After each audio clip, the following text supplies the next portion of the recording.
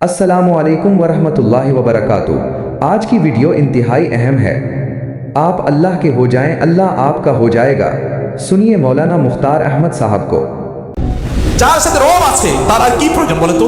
আসমান এবং জমিন এর বিস্তৃতি কত বড় বলেন, এই আসমান কত বড়, এই জমিন কত বড়, এই সব সম্পদের মালিককে আল্লাহ সুবহানাহু ওয়া তাআলা। তিনি যদি আপনার রব হন, তার সাথে যদি আপনার সম্পর্ক থাকে, তাহলে আপনার ভয়টা কোথায়? তাহলে আপনি টেনশন করেন কি নিয়ে?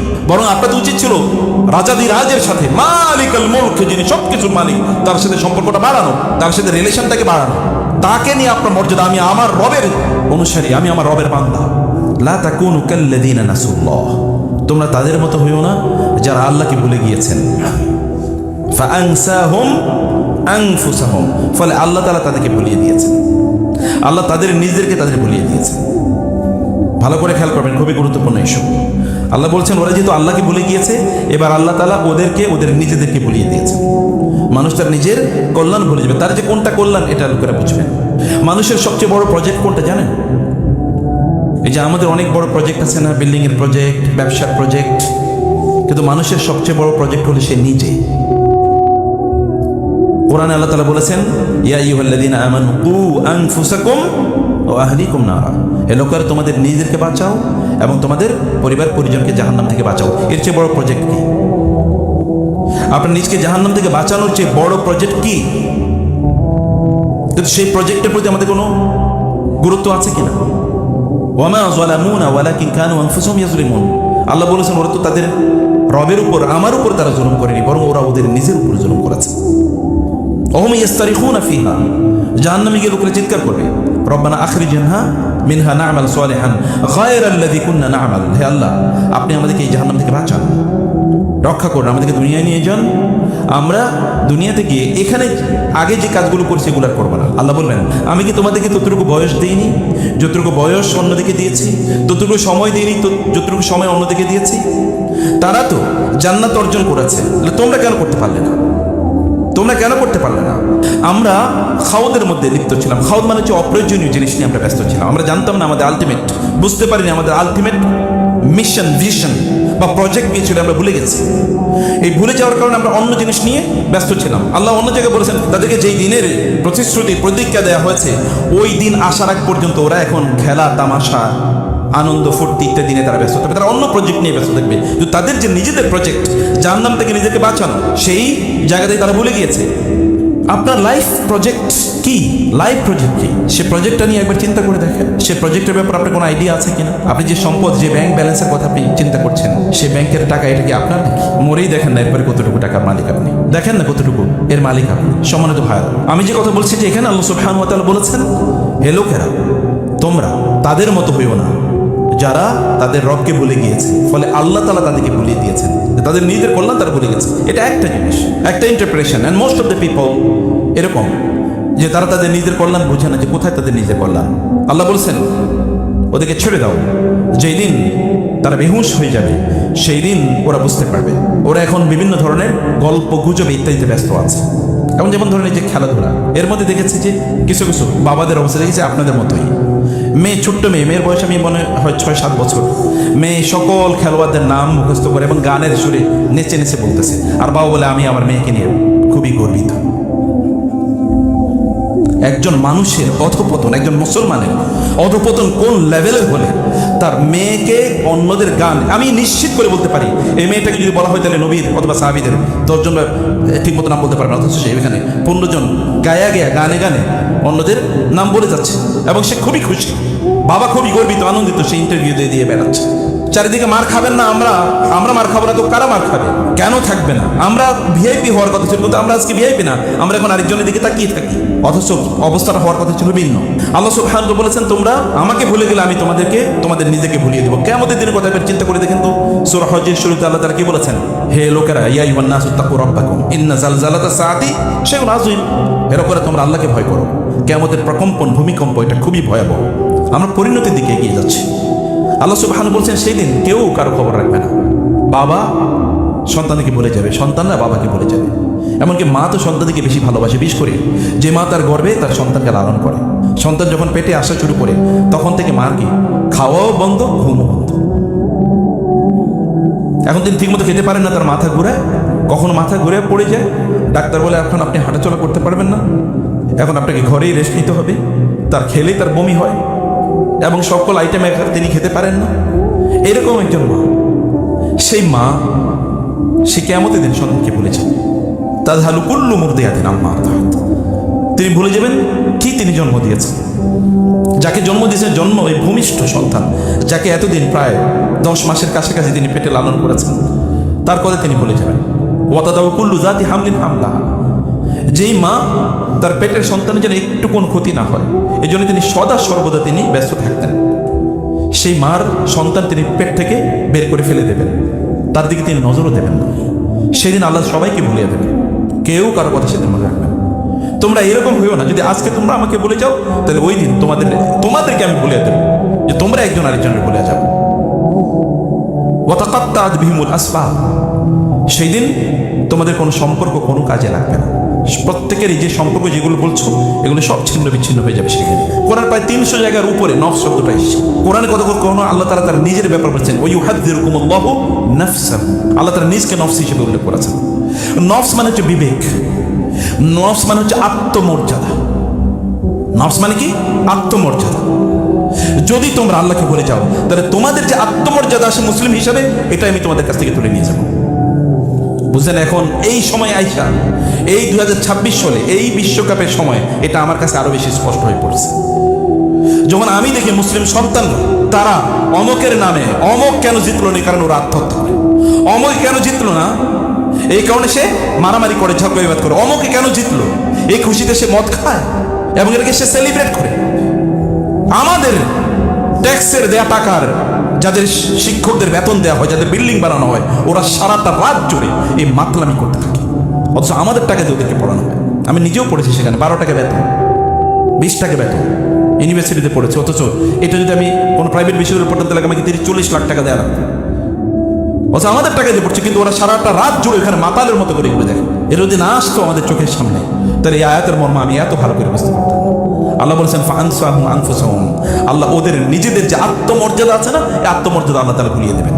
আপনি গোটা পৃথিবী জুড়ে এখন মুসলমানদের সংকট একটাই, তাদের আত্মমর্যাদা নেই। যে আপনি মুসলিম হিসাবে আপনি বলতে পারেন যে আমি মুসলিম, এই কথা বলার মতো এতটুকু আইডেন্টিটি অথবা নিজেকে এতটুকু মর্যাদাপূর্ণ নিজেকে মনে করা, এতটুকু আমাদের মাথায় নাই। আমরা এগুলো ভাবছি না, আমরা এগুলো চিন্তা করছি না। ইসলাম আমাদের মর্যাদার প্রতীক এখন আর নাই। বরং এখন দেখবেন যে লোকদের অবস্থা হচ্ছে এরকম যে একদল লোক তাদের নিজেদেরকে তারা এখন মানব ধর্মের অনুসারী বলে তারা দাবি করে। আপনাদেরই সন্তান, ধর্ম আবার কি, সব ধর্মই তো ভালো, মানব ধর্ম তার অনুসরণ করে। তাদের একটাই, এখনকার আমরা আমাদের বাচ্চাদের স্ট্যাটাস খুঁজে, কত বড় বিল্ডিং এর মালিক, কত বড় গাড়ির মালিক, কত বড় ফ্যাক্টরির মালিক, অথবা কোন ইউনিভার্সিটিতে পড়ছে, কোন ডিগ্রি নিয়েছে, কোথায় সে বড় চাকরি করে, তার পোস্ট পজিশন কি, এগুলো এখন আমাদের এবং আমাদের বাচ্চাদের প্রতীক। আপনাদেরও একই চিন্তা, আপনাদেরও চিন্তার লেভেলটা ওই জায়গায় গিয়ে দাঁড়িয়েছে। কিন্তু ইসলাম নিয়ে আমাদের কারোই গর্ব করা অথবা ইসলাম নিয়ে আমাদের অহংকার করার, বা ইসলাম যে আমার আইডেন্টিটি, এটা আমি বিয়ারই করি না, অথবা এটা আমি এক্সপ্রেসই করি না, এটা আমি চিন্তাও করি না, এটা নিয়ে আমি ভাবিও না। এরকম একটা জায়গায় গিয়ে এখন আমাদের অবস্থা দাঁড়িয়েছে। আল্লাহ তাআলা বললেন মুহাম্মদ সাল্লাল্লাহু আলাইহি ওয়াসাল্লাম তিনি একজন নবী, তার পূর্বে এরকম বহু নবী এসেছে। তিনি যদি মারা যান অথবা তিনি যদি যুদ্ধের ময়দানে নিহত হন, তাহলে কি তোমরা তোমাদের আগের ধর্মে ফিরে যাবা? তোমরা কি আগের মতো আবার সেই কাফের মুশরিক মূর্তি পূজক হয়ে যাবা? তোমাদের দিন তো কেবলমাত্র মুহাম্মদ সাল্লাল্লাহু আলাইহি ওয়াসাল্লামের উপর নির্ভরশীল না, তার মৃত্যু অথবা তার জীবনের উপর নির্ভরশীল না। তিনি যদি নাও থাকেন তাহলে তোমাদের ইসলাম থাকবে। তার কাজ হচ্ছে কেবল ওমা আলাইনা ইল্লাল বালাগ ওমা আলাইকা ইল্লাল বালাগ, আপনার কাজ হচ্ছে কেবল পৌঁছে দেওয়া, তার দায়িত্ব কেবল পৌঁছে দেওয়া, কিন্তু আমাদের দায়িত্ব হচ্ছে তাকে অনুসরণ করা। তিনি যদি নাও থাকেন তাহলে আমাদেরকে, যেমন তিনি এখন নাই তার মানে কি আমরা এখন কাফের হয়ে যাবো? সাহাবায়ে কেরাম দিকে আল্লাহ বললেন ধমক দিয়ে, তিনি যদি নাও থাকেন তাহলে কি তোমরা তোমাদের পূর্বে ধর্মে ফিরে যাবে? তা তো না। তোমাদের সম্পর্ক হচ্ছে মুহাম্মদ সাল্লাল্লাহু আলাইহি ওয়াসাল্লামের মাধ্যমে আল্লাহর সাথে। তোমাদের আইডেন্টিটি একটাই, তোমাদের ইসলাম। তোমরা যদি কেবল ইমানদার হও তাহলে এই পৃথিবীতে তোমরাই বিজয়ী শক্তি হিসেবে থাকবা। অস্তিত্ব প্রায় শেষ, এরকম একটা অবস্থায় তোমরাই বিজয়ী থাকবা। যখন আমার মনের দিক থেকে প্রচন্ড দুর্বল, আমি মনে করি আমার টাকা নাই, আমি মনে করি আমি ওই ইউনিভার্সিটিতে পড়তে পারলাম না, আমি মনে করি আমার ওই ডিগ্রি নাই, আমি মনে করি আমি এত বড় চাকরি করতে পারলাম না, আমি মনে করি সোশ্যাল মিডিয়াতে আমার ফলোয়ার, ফেসবুকে আমার ফলোয়ার সংখ্যা কম, ইউটিউবে আমার কম লোক ফলো করে, এই কারণে মনের মধ্যে যে একটা ইনফেরিয়রিটি, এই কারণে আমি কোনো উদ্যম পাই না, কোনো উদ্যোগ পাই না, আমি কোনো কিছু পাই না। যেমন বাংলাদেশে দেখবেন ইয়াং পোলা, তারা যদি ইয়াং ছেলেমেয়েরা তারা যদি একটা ভালো চাকরি না পায় তাহলে ও এখন মদ এবং জুয়ার মধ্যে আসক্ত হয়ে যায়। কেন একটা চাকরি পাইলাম না, আমার কি হইলো, আমি কেন পাইলাম না, অন্যরা পাইলো কেন আমি পেলাম না। তার মধ্যে হতাশা তখন তাকে গ্রিপ করে, তখন তাকে মাদক অথবা অন্য জিনিসের প্রতি সে আসক্ত হয়ে যায়। একটা ছেলে একটা দেশে, মুসলিম দেশে 30-32 বছর পর্যন্ত চাকরির জন্য চেষ্টা করে, এই অথর্ব জাতি দিয়ে কেমনে উম্মাহ টিকবে বলেন? এই অথর্ব জাতি দিয়ে তাকে যদি 30-32 বছর পর্যন্ত তাকে একটা চাকরির জন্য দৌড়াদৌড়ি করা লাগে, তোর জীবন যাপন করবে কবে? ও তো জীবন পুরোটাই শেষ, আর বাকি যেটা ছিল তো বাধ্য, অতটুকু সময়টা তার কাজ করার অতটুকু এনার্জি আর থাকবে না। সম্মানিত ভাইরা, সম্মানিত মনেরা, রাসূলুল্লাহ সাল্লাল্লাহু আলাইহি ওয়াসাল্লাম যে উম্মাহকে তৈরি করেছেন, সাহাবায়ে কেরাম রাসূলের উপস্থিতিতে আল্লাহ বলেন তোমরা ওই রকম হয়ে যেও না। মানসিকভাবে তোমরা দমে পড়ো না, তাতে কি হয়েছে? 70 জন এখানে শাহাদাত বরণ করেছে, তাতে কি হয়েছে? তোমরা সেখানে ভুল করেছো, তাতে কি হয়েছে? তোমরা উঠে দাঁড়াও, রাইজ আপ এগেইন, তোমরা এগেইন আবার উঠে দাঁড়াও। ওয়ান তোমরা আলাউন, তোমরাই বিজয়ী হবা। তোমরা যদি ঈমান রাখো। আমাদের আজকে গোটা পৃথিবী জুড়ে একই অবস্থা, মুসলমানদের মধ্যে এখন ইনফেরিয়রিটি। আমার টাকা নাই, আমাদের মিলিটারি পাওয়ার নাই, অস্ত্র নাই, আমাদের বিশাল বড় কোনো কি নাই, শক্তিশালী কোনো রাষ্ট্র নাই, অথবা পৃথিবীর সবচেয়ে বড় বড় ব্যবসাগুলো আমরা নিয়ন্ত্রণ করছি না। এগুলো সবই আমাদের দরকার, কিন্তু এর আগে সর্বপ্রথম যেটা দরকার ছিল সেটা কি? ঈমান। সেই জায়গাটায় আগে মিসিং, বাকি দিয়ে হবে কি? অন্যদেরও আছে, তোমারও থাকবে। তাহলে হোয়াট ইজ দ্য ডিফারেন্স? এর মধ্যে পার্থক্য কি? আল্লাহ সুবহানাহু ওয়া তাআলা মুমিনদেরকে, ওইখানে যে আল্লাহ সুবহানাহু ওয়া তাআলা ঈমানদারদেরকে এত বড় একটা বিপদের মুখে ঠেলে দিলেন, আল্লাহ সুবহানাহু ওয়া তাআলা একটা অবজেক্টিভ আছে, তার একটা লক্ষ্য আছে। আচ্ছা, মক্কায় যারা ইসলাম গ্রহণ করেছে তারা কারা? খুবাইব, খাব্বাব, বেলাল, এরা কারা? সমাজের সবচেয়ে নিগৃহীত লোকেরা তাদেরকে, অথবা সমাজের সবচেয়ে অধঃপতিত, যদি ওই অর্থনৈতিক দিক থেকে বলি, মানে তাদের কিছুই নাই অন্যের দিক থেকে। এবং অন্যরা তাদেরকে লক্ষ্য করে তো আনুমিনু কামা আমানাস সুফাহা, এই নির্বুদ্ধের মতো করে আমরা ঈমান আনবো। যেমন আপনি আপনার আত্মীয়স্বজনদের মধ্যে কেউ যদি টাকা পয়সা ইনকাম না করতে পারে, ভালো চাকরি না করতে পারে, তাইলে আপনি তার বলবো নির্বোধ, স্টুপিড, অপদার্থ।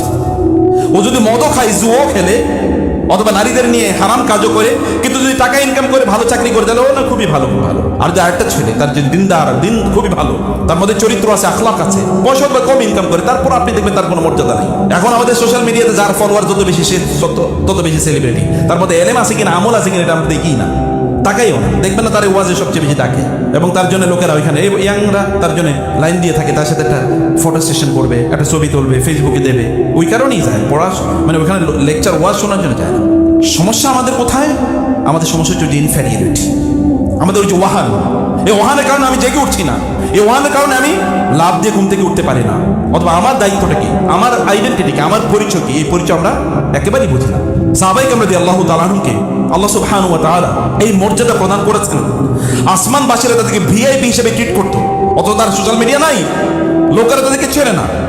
এমনকি এখনকার এই সময়ের যদি কোনো মোটিভেশনাল স্পিকারকে যদি তার কাছে নিয়ে যান, তাহলে বলবে এই লোকের কি মোটিভেট করবো, এ তো এমনি মরা, এর মোটিভেশন করার কি আছে? কোনো যদি পলিটিক্যাল সায়েন্টিস্ট অথবা কোনো সাইকোলজিস্ট যদি তাদেরকে দেখাও না, এদেরকে দিয়ে কিছুই হবে না। কারণ তার না আছে শরীর, না আছে চেহারা, না আছে টাকা পয়সা, না আছে অস্ত্রশস্ত্র, কিছুই তো নাই। বদর যুদ্ধে কি নিয়ে গেছে? তারা যুদ্ধ করেছে যে কি নিয়ে গিয়েছে? সেখানে তো ঈমান ছাড়া কিছুই নাই। রাসূলুল্লাহ সাল্লাল্লাহু আলাইহি ওয়াসাল্লাম তিনি সাহাবায়ে কেরাম রাদিয়াল্লাহু তাআলা আনহুকে যুদ্ধের ময়দানে পাঠিয়ে দিয়ে তিনি ওই যে আরিশ মাথার উপর তিনি নামাজ আদায় করছেন, আর আল্লাহকে দোয়া করছেন, আল্লাহর কাছে করছেন, আল্লাহ এই ছোট্ট একটা বাহিনী এরা যদি আজকে পরাজিত হয়, তাহলে তোমার ইবাদত করার মতো আর পৃথিবীতে কেউ থাকবে না। তিনি কাঁদছেন ফুফিয়ে ফুফিয়ে। এর মধ্যে আল্লাহ তাআলা জানিয়ে দিলেন, ইস্তাগীসুনা রাব্বাকুম ফাস্তাজাবা লাকুম আন্নী মুমিদ্দুকুম বিআলফিন মিনাল মালাইকাতি মুনজিলিন মুরদিফিন মুসাউওয়িমিন। তিনটি শব্দ এসেছে যে আমি তোমাদেরকে 1000, 3000, 5000 স্টার্ট, এখানে স্টারওয়ালা এরকম ফেরেশতা দিয়ে আমি তোমাদেরকে যুদ্ধের ময়দানে সাহায্য করব। সাহায্য আইছে কোথা থেকে? আসমান থেকে। ওয়া ফিস সামাই রিজকুকুম ওয়া মা তুআদুন। আসমান থেকে রিজিক আসে, আসমান থেকে সাহায্য আসে। রিজিক আসে কোথা থেকে? আসমান থেকে। রিজিক আসে আসমান থেকে, সাহায্য আসে আসমান থেকে। কিন্তু আপনি আসমানওয়ালার, রিজিকওয়ালার, তার কাছে আপনি আপনার রিজিকের কথা বলছেন কিনা, বা তাকে নিয়ে আপনি গর্ব মর্যাদা ফিল করেন কিনা, সেটা আমাদের কাছে আছে কিনা? নাকি আমি কেবলমাত্র সোশ্যাল মিডিয়ার পেছনে ঘুরি, অথবা টেলিভিশনের পেছনে ঘুরি, অথবা কেবল টাকার পেছনে ঘুরি, অথবা কেবল শক্তির পেছনে ঘুরি, অথবা কেবলমাত্র কি বডির পেছনে ঘুরি? কোনটা পেছনে ঘুরি? সাহাবায়ে কেরাম তাদের যুদ্ধের যাওয়ার মতো তাদের শক্তি ছিল প্রয়োজন, কিন্তু আসমান থেকে তাদের জন্য মাদদ, সাহায্য আসতো। যার সাথে রব আছে তার আর কি প্রয়োজন বলেন তো? আসমান এবং জমিন এর বিস্তৃতি কত বড় বলেন? এই আসমান কত বড়, এই জমিন কত বড়? এই সব সম্পদের মালিককে আল্লাহ সুবহানাহু ওয়া তাআলা। তিনি যদি আপনার রব হন, তার সাথে যদি আপনার সম্পর্ক থাকে, তাহলে আপনার ভয়টা কোথায়? তার সাথে যদি আপনার সম্পর্ক থাকে তাহলে আপনার ভয়টা কোথায়? তাহলে আপনি টেনশন করেন কি নিয়ে? বরং আপনার তো উচিত ছিল রাজাদিরাজের সাথে, মালিকুল মুলক, যিনি সবকিছুর মালিক, তার সাথে সম্পর্কটা বাড়ানো, তার সাথে রিলেশনটাকে বাড়ানো। তাকে নিয়ে আপনার মর্যাদা, আমি আমার রবের অনুসারী, আমি আমার রবের বান্দা, আনা আব্দুক, আল্লাহ আমি তোমার বান্দা, ইবনু আব্দিক, তোমার বান্দার বান্দা, তোমার বান্দার ছেলে, ইবনু আমাদিক, তোমার মাদির ছেলে আমি, নাসিয়াতি বিয়াদিক, আমার এই যে মাথার যে চুলের অগ্রভাগ এর যে চুল, এগুলো তোমার হাতে, অর্থাৎ আমার সকল সিদ্ধান্ত তোমার হাতে, তুমি যেভাবে ইচ্ছা আমাকে সেভাবে চালাও আল্লাহ। আমি তোমার কাছে আমার নিজকে উফাউযু আমরি ইলা আল্লাহ, আমি তোমার কাছে আমার নিজকে সুপর্দ করে দিলাম, তুমি আমাকে চালাও। ওয়ালা তাকিলনি ইলা নাফসি তারফাত আইন, আমার কাছে আমার ছাড়িয়ে দিও না, কারণ আমার মর্যাদা কি, আমার কল্যাণ কোথায়, এটা তুমি আমার চেয়ে বেশি জানো, অতএব তুমি আমাকে বিয়াদিকাল খায়। একজন মোমেনের এরকম একটা অবস্থা হওয়ার কথা ছিল। মোমেন ইনফিনিট, আল্লাহ বলছেন এত বড় একটা বিশাল বিপদ হয়েছে, এত বড় বিশাল বিপদ আমাদের জীবনে তো হয় না। আমাদের জীবনে আপনার বড় কেউ আত্মীয় স্বজন কেউ মারা গিয়েছে, ধৈর্য ধারণ করুন না। আপনার বড় একটা ব্যবসা লস হয়েছে, ধৈর্য ধারণ করুন না। হাউতাশ করে কি আছে? আপনার এক্সপেকটেশন, আপনার প্রত্যাশা অনুসারে কোনো কিছু পান না, আল্লাহকে বলুন না। আপনার রব কি নাই? আপনার রব কি মা নাই? তিনি কি মারা গেছেন? তিনি কি মারা যান? না, তিনি তো চিরঞ্জীব, তিনি কখনো মারা যান না, তার কোনো দুর্বলতা নেই। লা তাখুযুহু সিনাতুন ওয়ালা নাওম। তাকে আমাদেরকে বলতে অসুবিধা কোথায়? তাকে আমাদেরকে বলতে হবে। আল্লাহ সুবহানাহু ওয়া তাআলা আমাদেরকে বিপদ দেন, কিন্তু বিপদের মাধ্যমে ওয়ালিইউমাহিসা মা ফি কুলুবিকুম, আল্লাহ আমাদেরকে তামহিস করতে চান। What is the meaning of তামহিস? তামহিস মানে যদি আপনারা জানেন, স্বর্ণ কিভাবে বাছাই করে জানেন? স্বর্ণ তো খনি থেকে সোনা বের করা হয়, কাঁচা সোনা বের করার পরে এর মধ্যে এই যে বিন্দু বিন্দু জায়গার মধ্যে কি থাকে, কারণ এটা তো তরল জিনিস, এটা বিন্দু বিন্দু জায়গার মধ্যে কি থাকে? খাদ থাকে। যে খাদ আপনারা বলছেন, এই বিভিন্ন মাটি অথবা অন্যান্য ময়লা খাদ পড়ে থাকে, তাহলে এটা কি বাছাই করে সোনা বানায় কেন? এটাকে ভয়াবহ গরমের মধ্যে এটাকে উত্তপ্ত করা হয়। উত্তপ্ত করার পরে এর মধ্যে যা খাদ আছে এগুলো সব পড়ে ছাই হয়ে যায়, এগুলো সব উপরের দিকে উঠে যায়।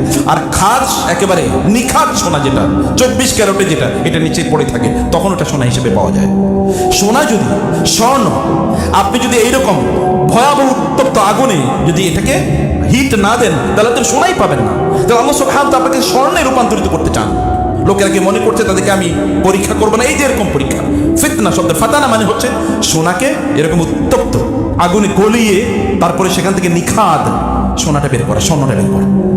অলংকার কিভাবে বানায় আপনারা দেখেছেন? কোন একজন অলংকার যারা বানায় ওদের দোকানে গিয়ে দেখেন। তো আপনি অলংকার হতে চান না? অলংকার আল্লাহ তাআলা যখন বানাবেন, আল্লাহ নবীর যদি এত বড় বিপদ হতে পারে, তাহলে আমাদের বিপদ হলে আমরা হতাশ কিভাবে? ওয়ালা তাহিনু ওয়ালা তাহজানু, এবং তোমরা দুশ্চিন্তাগ্রস্ত হইও না। হাজানুন মানে হচ্ছে যখন আপনার বিপদ, এত বিপদ আপনার এসছে যে আপনি এখন অবাস হয়ে গেছেন, একেবারে পাথরের মতো, বলে না অধিক শোকে অল্প শোকে কাতর, অধিক শোকে পাথর, এটা হচ্ছে হাজান। অধিক শোকে লোকেরা পাথরের মতো হয়ে গেছে। আল্লাহ বলছেন না, তুমি পাথরের মতো হইও না, আমি তোমার রব তোমার কাছে আছি, আমি জানি না যে তোমার কোনটা কল্যাণ কর। তাহলে সেখানে আপনার টেনশন কি আছে? আল্লাহ তো জানেন আপনি যদি কি নির্ধারিত আছে, তিনি যেটা কল্যাণ করে সেটাই আপনি যেন করছেন। তাহলে আপনার আমার মূল কাজ হচ্ছে আমাদের যে মূল আইডেন্টিটি, যে মূল পরিচয়, এই পরিচয়টাকে আমাদের ধরে রাখা। আপনি ঈমান আনুন, আল্লাহকে বলুন আমানতু বিল্লাহ ওয়ালাউ আন্না আহলাল কুরআন ওয়াত্তাকাউ লাফাতাহনা আলাইহিম বারাকাতিম মিনাস সামাই ওয়াল আরদ। ওরা যদি, জনপদের লোকের এই মানুষগুলো যদি কেবল আমার প্রতি ঈমান আনতো, তাইলে আমি আসমান এবং জমিনের বরকতগুলো তাদের জন্য উন্মুক্ত করে দিতাম। কি লাগতো তাদেরকে? আমি তাদেরকে তাই প্রদান করতাম। এবং আল্লাহ সুবহানাহু ওয়া তাআলা অন্য জায়গায় বলেছেন, যদি এই সকল লোকেরা যদি তারা ঈমান আনতো আল্লাহর প্রতি, রাসূলের প্রতি, ইউতিকুম কিফলাইনি মির রাহমাতি, তাহলে অন্যদিকে আল্লাহ যারা রহমত দিচ্ছেন তোমাদেরকে তার দ্বিগুণ রহমত আল্লাহ তাআলা প্রদান করবেন। দ্বিগুণ মানে কি? আপনি যদি বলেন অন্যদের দিকে তাকিয়ে আপনার চোখ ছানা বড় হয়ে যাচ্ছে, ওদেরকে আল্লাহ এত দিলেন। এই যে ইয়াং জেনারেশনের অনেকের এরকম কথা আছে যে আল্লাহ ওদেরকে এত দিয়েছেন, কই আমাদেরকে দিলেন না কেন? তুমি কি মুসলমান হয়েছো? তাহলে তুমি কাফের হলে তা কাফেররা সেটা পাবে, ওদের জন্য দুনিয়া, লাহুমুদ দুনিয়া ওয়া লাকুমুল আখিরা, ওরা দুনিয়ায় পাবে। কিন্তু তোমরা দুনিয়ার মালিক, তোমাদেরকে দুনিয়া এবং আখিরাতের মালিক হতে হলে তোমাদেরকে ঈমান আনতে হবে এবং তোমাদেরকে আল্লাহর প্রতি সেই বিশ্বাস হবে। তিনি তো সবকিছুর মালিক, তিনি যদি চান তাহলে তোমাকে তিনি মুহূর্তের মধ্যে মালিক বানিয়ে দিতে পারেন না? সে বিশ্বাস, সে আস্থা, সেটা আমাদের রাখা দরকার, সেটা আমাদেরকে করতে হবে। যদি আমরা আল্লাহ তাআলাকে ভুলে যাই, তাহলে আল্লাহ আমাদেরকে ভুলিয়ে দেবেন। আল্লাহ তাআলা সাহাবায়ে কেরামদের প্রশংসায় কোরআনে আয়াতের পর আয়াত, আয়াতের পর আয়াত নাযিল করেছেন। কিন্তু এরা কার? এই লোকগুলো মরুভূমিতে, না কোনো ইউনিভার্সিটিতে পড়েছে, না বড় কোনো সার্টিফিকেট আছে, না বড় কোনো ইন্ডাস্ট্রির মালিক, না কোনো বড় ফ্যান বেস তাদের আছে, ইউটিউব, ফেসবুকে, টুইটারে কোথাও নাই। কিন্তু তারপরও, কারণ তাদেরকে চেনেন কে? আল্লাহ আসমানওয়ালারা তাদেরকে চেনে। রাসূলুল্লাহ সাল্লাল্লাহু আলাইহি ওয়াসাল্লাম বলেছেন, আসমানে এক বিগত জায়গা পর্যন্ত ফাঁকা নাই, অথবা এক চার আঙ্গুল পরিমাণ জায়গা ফাঁকা নাই যেখানে একজন ফেরেশতা দাঁড়িয়ে আছেন, আল্লাহর তাসবিহ পড়ছেন, অথবা সিজদায় আছেন, অথবা রুকুতে আছেন। এমন কোন জায়গা ফাঁকা নাই যেখানে একজন ফেরেশতা, কত বিস্তৃত আকাশ, তার কত বিলিয়ন ট্রিলিয়ন ট্রিলিয়ন ট্রিলিয়ন ফেরেশতা আল্লাহর ইবাদত করছে। সেই ফেরেশতাদেরকে আল্লাহ সুবহানাহু ওয়া তাআলা নির্দেশ দেন না আদমের জন্য সিজদা দিতে, দিয়েছেন কিনা? তো এই আদমের জাতি না আপনারা? এই আদমের জাতি তাহলে অন্যদের কাছে কিভাবে আত্মসমর্পণ করে? তাহলে এই আদমের রক্ত যার শরীরে আছে তারা কিভাবে ইনফেরিয়রিটি হয়? তাদের আদর্শ কিভাবে তারা ভুলে যায়? তারা কিভাবে দুর্বল হয়? তাই তো দুর্বল হওয়ার কথা ছিল না। মূল প্রবলেম হলো আদমের সেই চরিত্র আপনাদের মাঝে নাই। আলাইহিস সালাম, আদমের সেই চরিত্র আপনাদের মাঝে নাই। তার আত্মমর্যাদা ছিল, আল্লাহ তাআলা তাকে তার নিজ হাতে বানিয়েছেন। খালাকতুকা বিয়াদাই, আমার নিজ হাতে আমি তোমাকে বানাইছি। আল্লাহ বলেছেন ওয়া নাফাখতু ফীকা মির রূহি, তোমার মাঝে আমার রূহ আমি ফুঁকে দিয়েছি। সে আত্মমর্যাদা গেল কোথায়? আত্মমর্যাদা আপনাদেরকে নিয়ে আসতে, যদি এই আত্মমর্যাদা কেবল লালন করতে পারেন তাহলে দেখেন না, আগে যেমনি ভাবে ফেরেশতারা সাহায্য করেছে, এখন ফেরেশতারা সাহায্য করবে।